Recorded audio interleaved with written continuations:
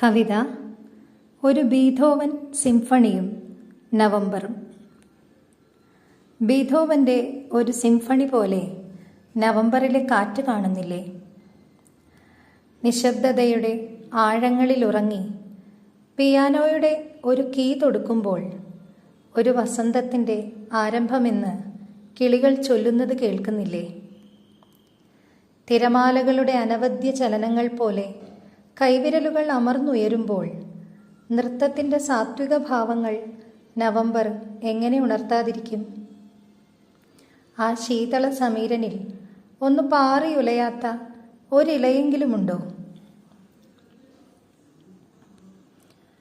നഷ്ടങ്ങളുടെ കണക്കെടുപ്പ് കാലമായും വിചിന്തനക്കാലമായും ഏതൊക്കെയോ ലിപികൾ നവംബറിനെ ശിരസ്സുകളിൽ മുളപ്പിച്ചിട്ടുണ്ട്. സാമോദം പാടുന്ന സിംഫണികളാണ് ആ ദിനരാത്രങ്ങളെന്ന് എത്രയോ വർഷങ്ങളായി പറഞ്ഞിട്ടും മനുഷ്യർ അവിശ്വസിക്കുന്നത് എന്താണ്? ഓ, മധുരമുന്തിരികളുടെ ചവർപ്പ്, പിന്നെ മധുരം, അഥവാ വിളഞ്ഞ കത്തിരിക്കാപ്പാടങ്ങളുടെ നീർത്തോടുകൾ, പിന്നെയതാ കീടങ്ങൾ.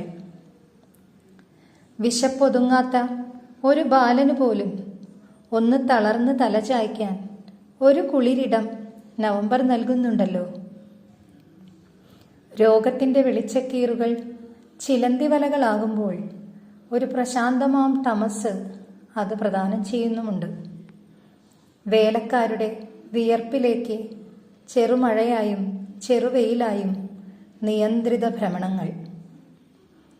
ഈ നിമിഷത്തിൽ അറിയുവാനാകുന്നുണ്ട് അല്ലേ, തീയായി ജ്വലിക്കാതെയും ഒരു സൂര്യനാകാമെന്ന്. ബീഥോവൻ്റെ സ്വരവിന്യാസങ്ങളോളമില്ലെങ്കിലും സിംഫണികൾ രചിക്കാമെന്ന്.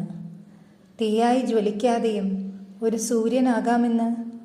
ബീഥോവൻ്റെ സ്വരവിന്യാസങ്ങളോളമല്ലെങ്കിലും സിംഫണികൾ രചിക്കാം.